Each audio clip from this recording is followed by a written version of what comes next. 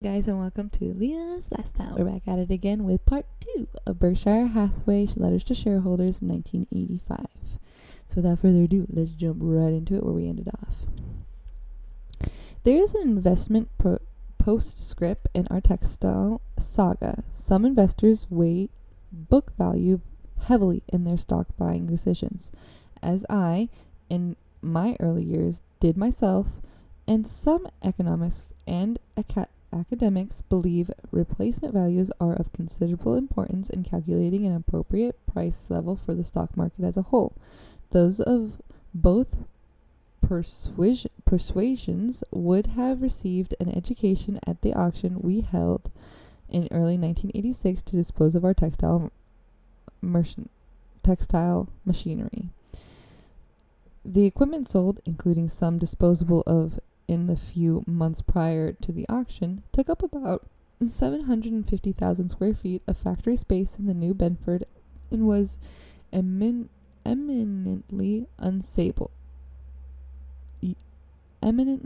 usable.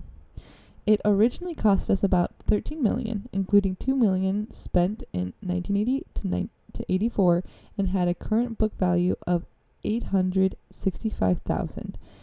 After accelerated depreciation, though no sane management would have made the investment, the equipment could have been replaced new for perhaps $30 to $50 million. Gross proceeds from our sale of the equipment came to $163,122. Allowing for necessary pre- and post-sale costs, our net was less than zero. Relatively moderate looms that we bought for $5,000 apiece in 1981 found no takers at $50. We finally sold them for scrap at $26 each, a sum less than removal cost. Ponder this: the economics goodwill attributable to two paper routes in Buffalo or a single See's candy store considerably exceeds the proceeds received from the massive collection of tangible assets that, not too many years ago, under different competitive conditions, was able to employ over 1,000 people. 3 very good businesses and a few thoughts about incentive compensation. When I was 12, I lived with my grandfather for about 4 months. A grocer by trade, he was also working on a book, and each night he dictated a few pages to me. The title, Brace Yourself, was, quote, How to Run a Grocery Store and a Few Things I Have Learned About Fishing, end quote. My grandfather was sure that interest in these two subjects was universal and that the world awaited his views. You may conclude from this section title and content that I was overexposed to Grandpa's literary style and personality. I am merging the discussion of Nebraska Furniture Mart, See's Candy Shop, and Buffalo Evening News here because the economic strengths, weaknesses, and prospects of these businesses have changed little since I reported to you a year ago. The shortness of this discussion, however, is in no way meant to minimize the importance of these businesses to us. In 1985, they earned an aggregate of $72 million pre-tax. 15 years ago, before we had acquired any of them, their aggregate earnings were about $8 million pre-tax. While an increase in earnings from $8 million to $72 million sounds terrific, and usually is, you should not automatically assume that to be the case. You must first make sure that earnings were not severely depressed in the base year. If they were instead substantial in relation to capital employment, an even more important point must be examined: how much additional capital was required to produce the additional earnings. In both respects, our group of 3 scores well. First, earnings 15 years ago were excellent compared to capital then employed in the business. Second, although annual earnings are now 64% million greater, the business requires only about $40 million more in investment capital to operate than was the case then. The dramatic growth in earning power of these 3 businesses, accompanied by their need for only minor amounts of capital, illustrates very well the power of economic goodwill during an inflationary period. a phenomenon explained in detail in the 1983 annual report. The financial characteristics of these businesses have allowed us to use a very large portion of the earnings they generate elsewhere. Corporate America, however, has had a different experience. In order to increase earnings significantly, most companies have needed to increase capital significantly also. The average American business has required about $5 of additional capital to generate an additional $1 of annual pre-tax earnings. That business, therefore, would have required over $300 million in additional capital from its owner in order to achieve an earnings performance equal to our group of three. When return on capital are ordinary and earn more by putting up more record is no greater managerial achievement. You can get the same results personally while operating from your rocking chair. Just quadruple the capital you commit to a savings account and you will quadruple your earnings. You would hardly expect hosannas for that particular accomplishment. Yet, retirement announcements regularly sing the praises of CEOs who have, say, quadrupled earnings of their widget company during their regime. With no one examining whether this gain was attributable simply to many years of retained earnings and the working of compound interest.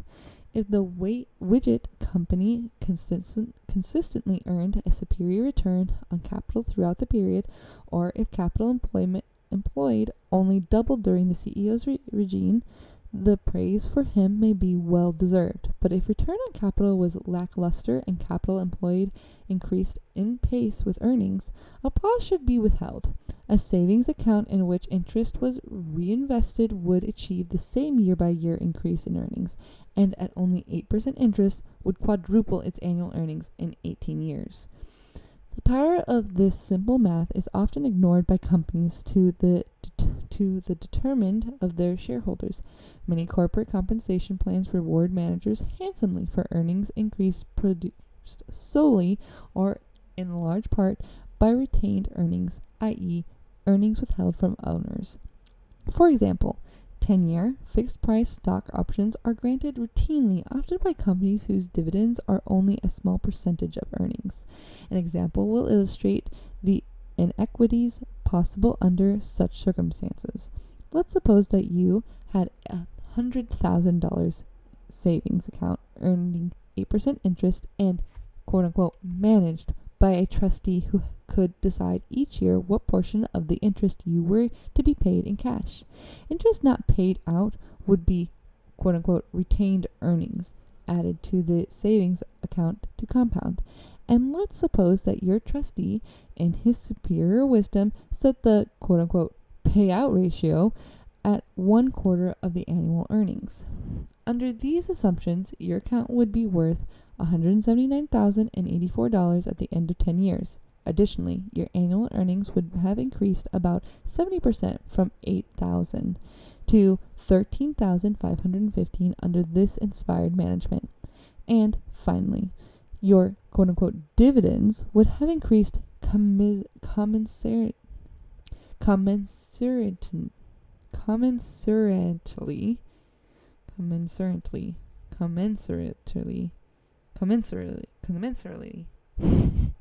I can speak.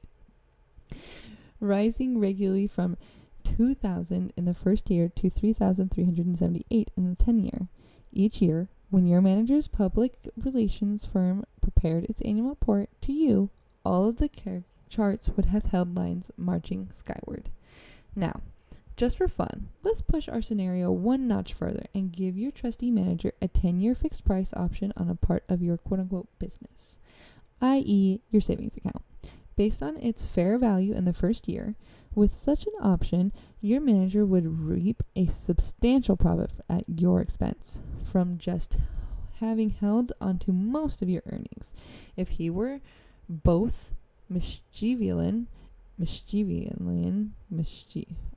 thinking mischievous, but it's like mischievalian,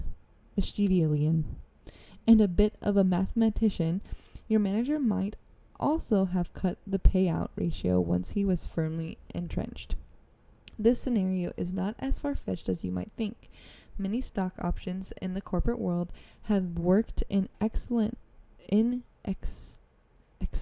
exactly that fashion.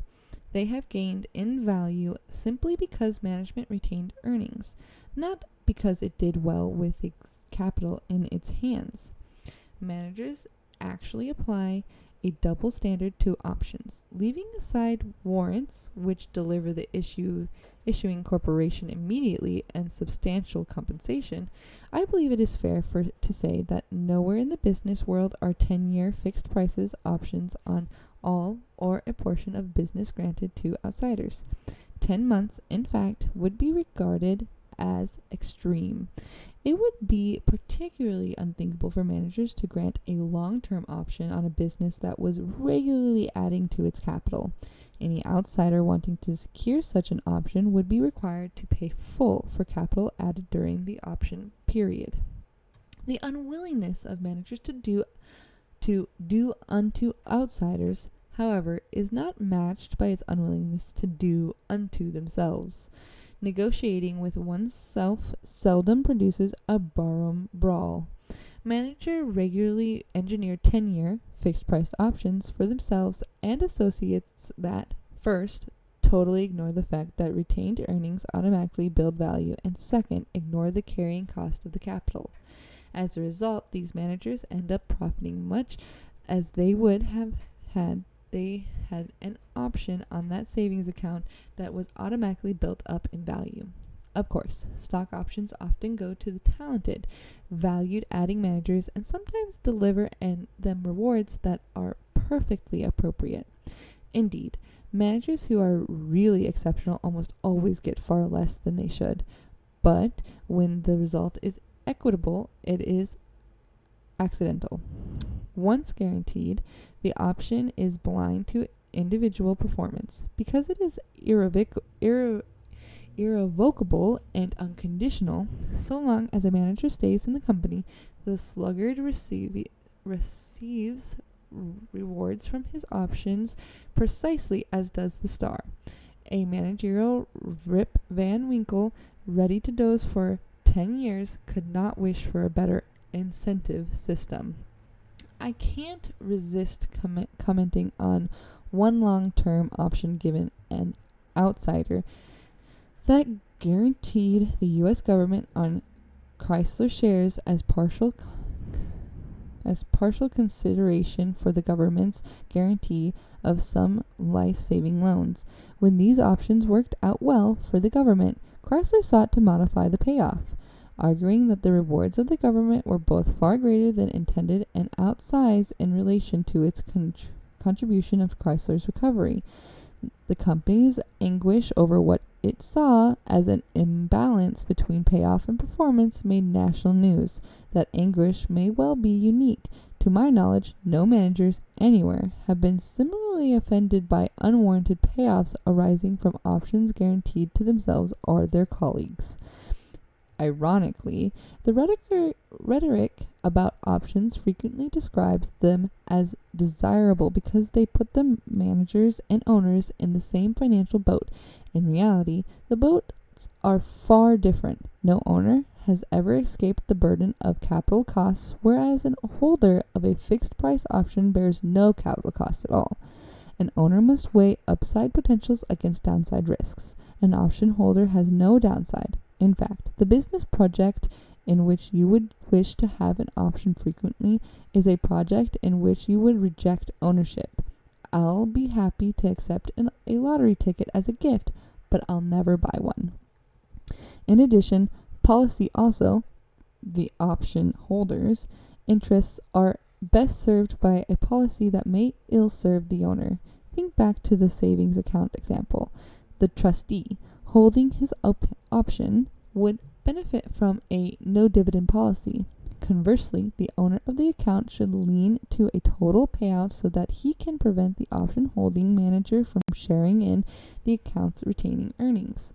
Despite their shortcomings, options can be appropriate under some circumstances. My criticism relates to their indiscriminate use, and in the connection, I would like to emphasize 3 points. First, stock options are inevitably tied to the overall performance of a corporation. Logically, therefore, they should be awarded only to those managers with overall responsibility. Managers with limited areas of responsibility should have incentives that pay off in relation to results under their control. The .350 hitter expects and also deserves a big payoff for his performance, even if he pays for a cellar-dwelling team. And the .15 hitter should get no reward, even if he plays for a pennant winner. Only those with overall responsibility for the team should have their rewards tied to the results. Second, options should be structured carefully. Absent special factors, they should have built into them a retained earnings or carrying cost factor. Equally important, they should be priced realistically. When managers are faced with offers for their companies, they unfailingly point out how unrealistic market prices can be as an index of real value. But why, then, should these same depressed prices be the valuation at which managers sell portions of their businesses to themselves? They may go farther. Officers and directors sometimes consult the tax code to determine the lowest price at which they can, in effect, sell part of their business to insiders. While they are at it, they often elect plans that produce the worst tax results for the company. Except in highly unusual cases, owners are not well served by the sale of part of their business at a bargain price. Whether the sale is to outsiders or to insiders, the obvious conclusion, options should be priced at a true business value. Third, I want to emphasize that some managers whom I admire enormously and whose operating records are far better than mine, disagree with me regarding fixed-priced options. They have built corporate cultures that work, and fixed-price options have been a tool that helped them, by their leadership and example, and by the use of options and incentives. These managers have taught their colleagues to think like owners. Such a culture is rare, and when it exists should perhaps be left intact. Despite ineffectiveness and inequities that may infest the option program, quote, if it ain't broke, don't fix it, end quote, is preferable to, quote, purity at any price, end quote. At Berkshire, however, we use an incentive at compensation system that rewards key managers for meeting targets in their own bailiwicks. If C's does well, that does not produce incentives compensation at the news nor vice versa. Neither do we look at the price of Berkshire stock when we write bonus checks. We believe good unit performance should be rewarded whether Berkshire stocks raises, falls, or stays even. Similarly, we think average performance should earn no special reward even if our stock should soar. Performance, furthermore, is defined in different ways depending upon the underlying economics of the business. And some of our managers enjoy tailwinds not of their own making, and others they fight unavoidable headwinds. The reward that goes with the system can be large. At our various business units, top managers sometimes receive incentive bonuses of 5 times their base salary or more. And it would appear possible that one manager's bonus could stop $2 million in 1986. I hope so. We do not put a cap on bonuses, and the potential for rewards is not hierarchical. The manager of a relatively small unit can earn far more than the manager of a larger unit if results indicate we should. We believe, further, that such factors as seniority and age should not affect incentive compensation, though they sometimes influence basic compensation. A 20-year-old who can hit .3 is as valuable to us as a 40-year-old performing as well. Obviously, all Berkshire managers can use their bonus money or other funds, including borrowed money, to buy our stock in the market. Many have done just that, and some have now large holdings. By accepting both the risks and the carrying costs that go with outright purchases, these managers truly walk in the shoes of owners. Now, let's get back, at long last, to our 3 businesses. The Nebraska Furniture Mart, our basic strength, is an exceptionally low-cost operation that allows the business to regularly offer customers the best value available in home furnishing. NFM is the largest store of its kind in the country, although the already depressed farm economic worsened considerably in 1985, the store easily set a new sales record. I also am happy to report that NFM's chairman, Rose Blumkin, the legendary Mrs. B, continues at age 92 to set a pace of the store that none of us can keep up with. She's there wheeling and dealing 7 days a week, and I hope that any of you who visit Omaha will go out to the mart and see her in action. It will inspire you as it does me. At C's, we continue to get store volumes that are far beyond those achieved by any competitor we know of. Despite the unmatched consumer exception we enjoy, industry trends are not good, and we continue to experience slippage in poundage sales on a same-store basis. This puts pressure on our per-pound costs. We now are willing to increase prices only modestly, and until we can stabilize per-shop poundage, profit margins will narrow. At the news volume gains.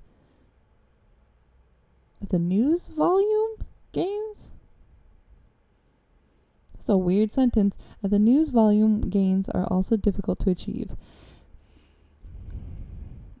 Though lineage increased during 1985, the gains was more than accounted for by preprints. ROP lineage, advertised printed on our own pages, declined. Preprints are far less profitable than ROP ads and also more vulnerable to competition. In 1985, the news again controlled costs well, and our household penetration continues to be exceptional. One problem these three operations do not have is management.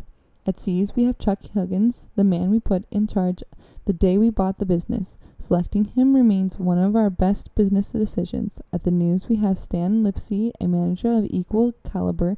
Stan has been with us 17 years, and his unusual business talents have become more evident with every additional level of responsibility he has tackled. And at the Mart, we have the amazing Blumkins, Mrs. B, Louie, Ron, Arvin, and Steve, and three-generation miracle of management.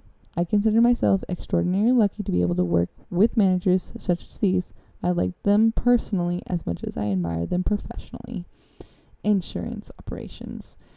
Shown below is an updated version of them, and we have the yearly and combined ratios, and we are just going to go with the revised 84 and the estimated 85. The written premium is 9.2 for 84 and 20.9 for 85. And remember that anything over 105 is negative, and for last year was 117.9 and 118 for the ratio of 85. Source, best aggregate and average. The combined ratio represents total insurance costs, losses incurred plus expenses compared to revenue from premium, as ratio below 100 indicates an underwriting profit and one above 100 indicates a loss. The industry's 1985 results were highly unusual. The revenue gain was exceptional, and had insured losses grown at their normal rate of most recent years. That is, a few points above the inflation rate. A significant drop in the combined ratio would have occurred. But losses in 1985 didn't cooperate, as they did not in 1984. Through inflation slowed considerably in those years, insured losses perversely accelerated, growing by 16% in 1984 and by an even more staggering 17% in 1985. The year's growth in losses therefore exceeds the inflation rate by over 13% points, a modern record. Catastrophes are not the culprit in this explosion of loss costs. True, there were an unusual number of hurricanes in 1985, but the aggregate damage caused by all catastrophes in 1984 and 1985 were about 2% of premium volume, a not unusual portion, nor was there any burst in the number of insured autos, houses, employers, or other kinds of exposure units. A partial explanation for the surge in the loss figures is all the additional additions to reserves that the industry made in 1985. As a result, for the year we reported, the scene resembles a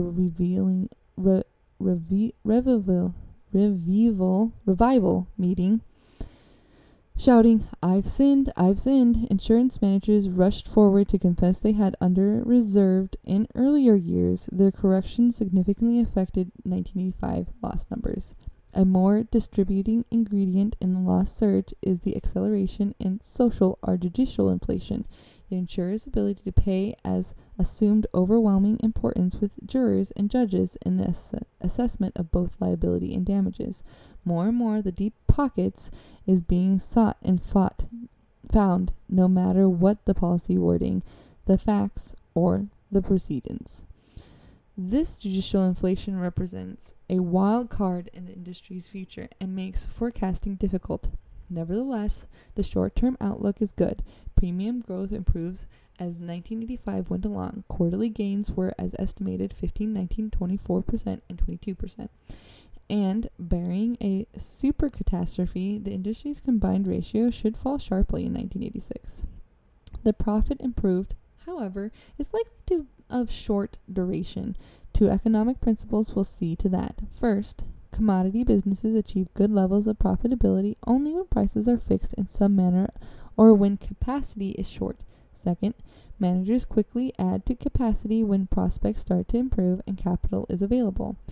In my 1982 report to you, I discussed the commodity nature of the insurance industry extensively. The typical policyholder does not differentiate between products but concentrates instead on price. For any decisions, a cartel-like procedure kept prices up, but this arrangement has disappeared for good. The insurance produces now is priced as any other commodity for which a free market exists, which exists when capacity is tight. Prices will be set remuneratively.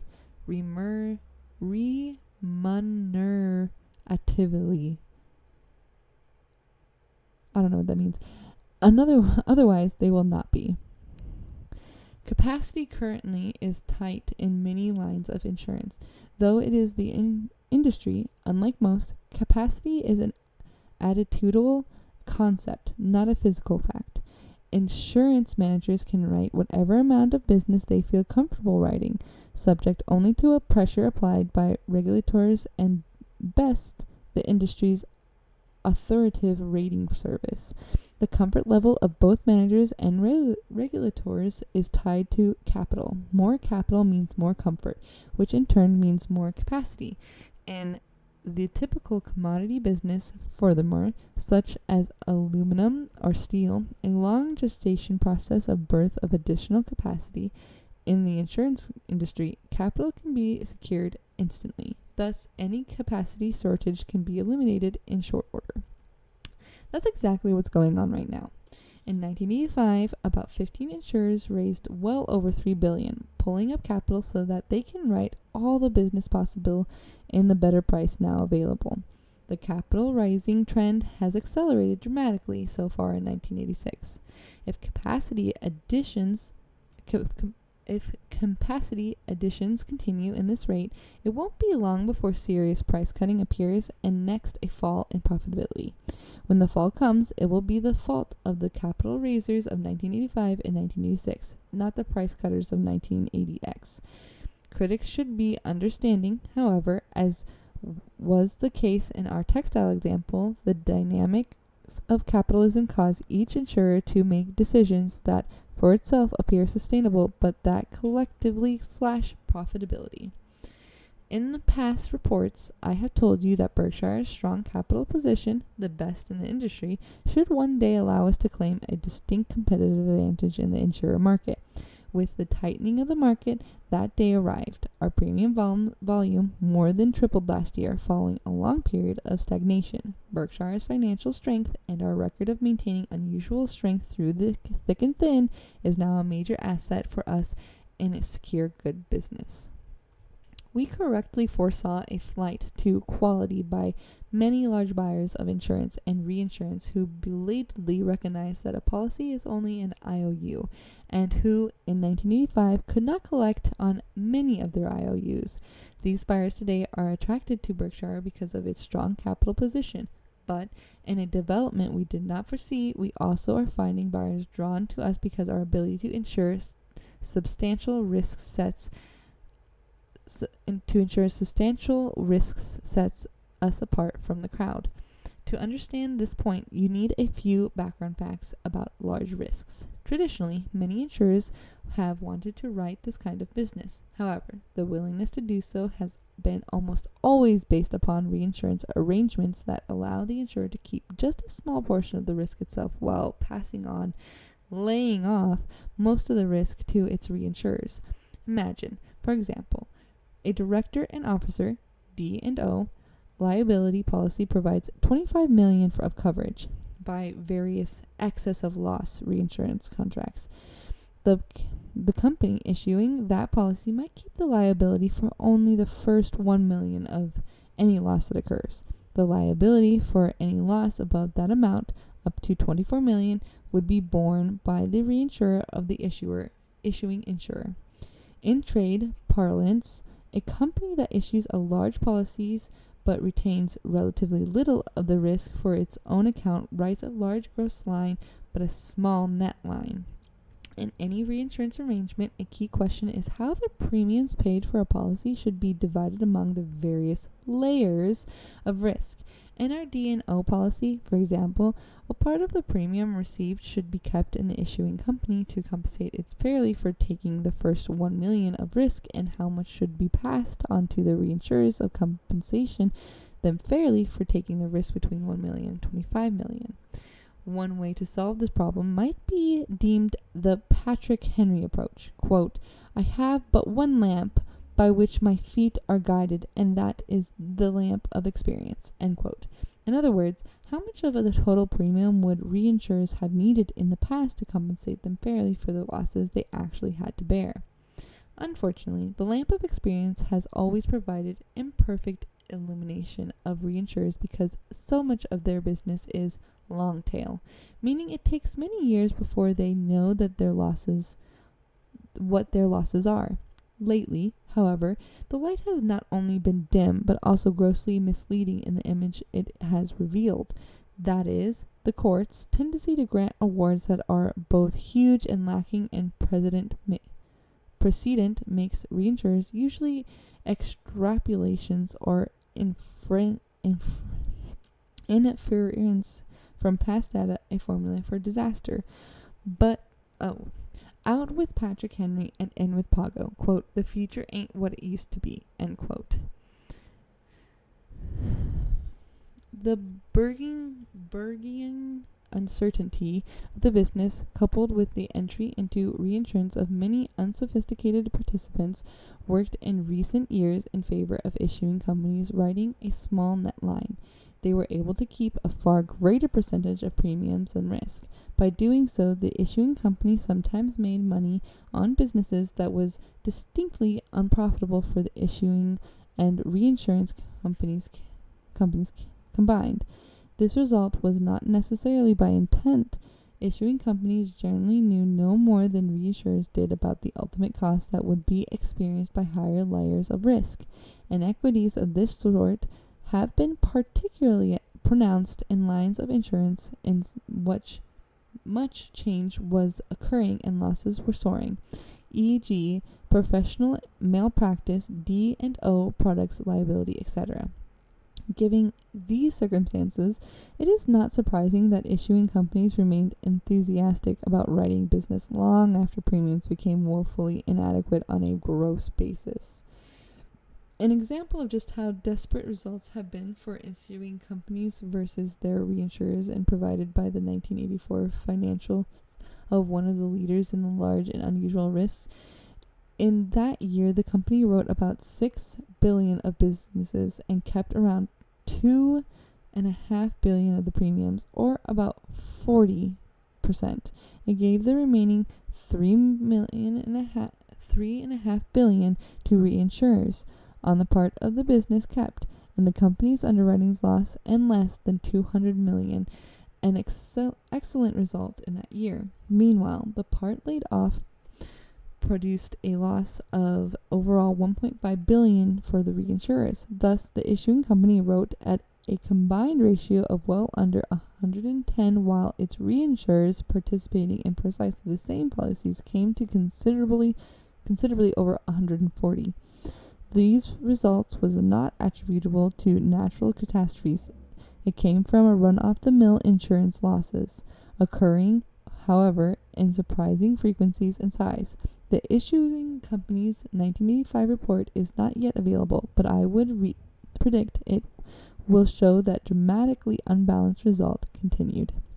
A few years such as this, and even slow-witted reinsurers can lose interest, particularly in exposed lines where the property split in premiums between issuers and reinsurers remains impossible to even roughly estimate. The behavior of reinsurers finally becomes like that of Mark Twain's cat.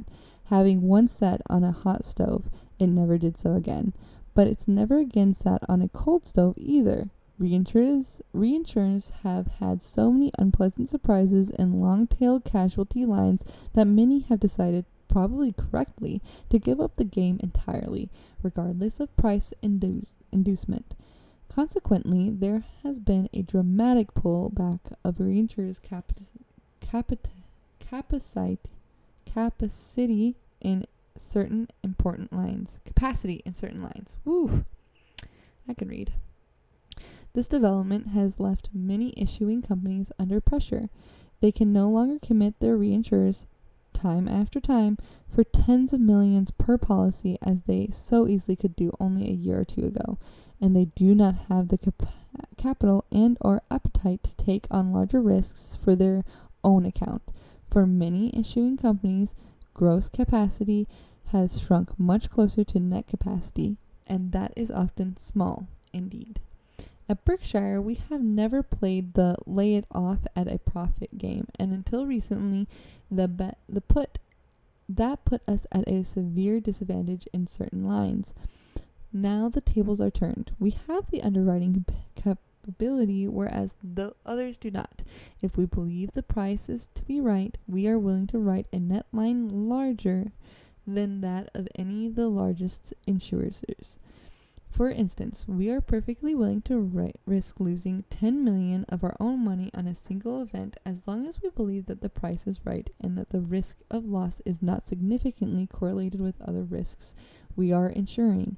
Very few insurers are willing to risk half that much on single events, although just a short while ago, many were willing to lose 5 or 10 times that amount as long as virtually all of the loss was for the count of their reinsurers.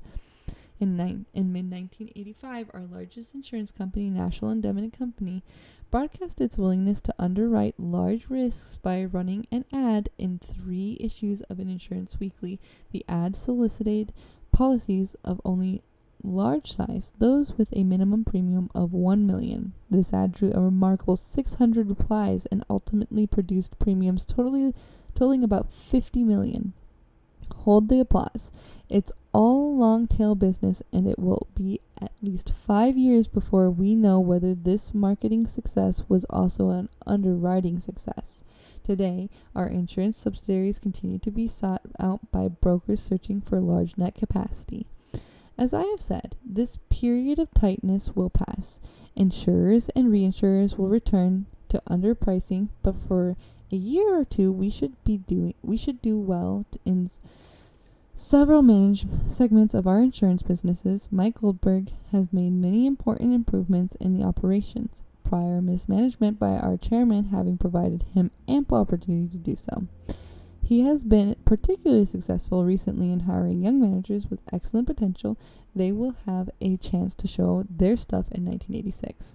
Our combined ratio has improved from 134 in 1984 to 111 in 1985, but continues to reflect past misdeeds. Last year, I told you of the major mistakes I had made in loss reserving and promised I would update you annually on loss development figures.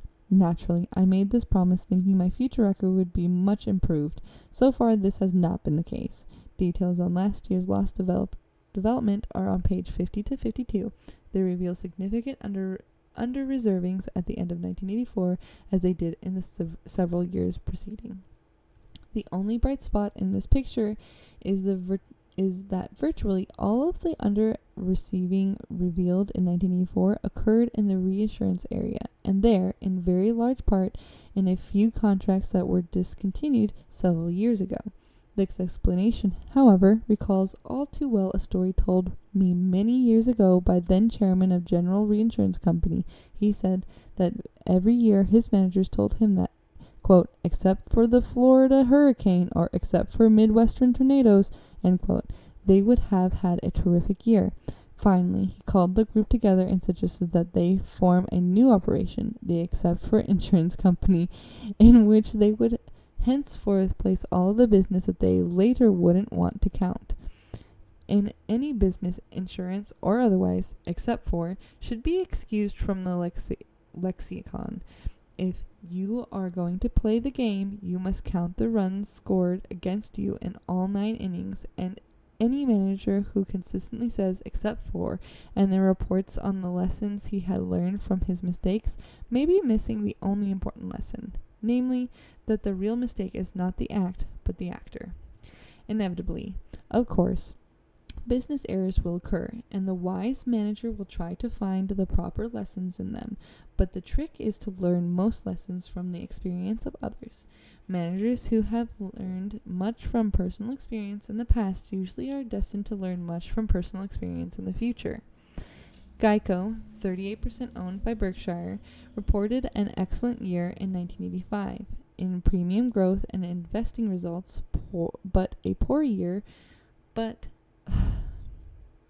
in premium growth and investment results, but a poor year by its lofty standard in underwriting. Private passengers, auto and homeowner insurance were the only important lines in the industry whose results deteriorated significantly during the year. Geico did not escape the trend, although its record was far better than that of virtually all its major competition. Jack Bryan left Geico at mid-year to heed Fireman's Fund, leaving behind Bill Snyder as chairman and Lou Simpson as vice chairman. Jack's performance in receiving Geico from near bankruptcy was truly extraordinary, and his work resulted in enormous gains for Berkshire. We owe him a great deal for that. We are equally in debt to Jack for an achievement that eludes most outstanding leaders. He found managers to succeed him who have talents as valuable as his own. By his skill in identifying, attracting, and developing Bill and Lou, Jack extended the benefits of his managerial stewardship well beyond his tenure. Okay, we're going to pause there too. Apparently this one's going to be a 3-section, so if you find this on YouTube, don't forget to like, share, and subscribe, and come back for part 3 tomorrow. Leave a comment down below. This was a little bit of a lengthy part for just quick run over for 3. How did you guys feel about it? For not much being changed, he had a lot to say, so leave your comments down below. Until next time, guys. Bye.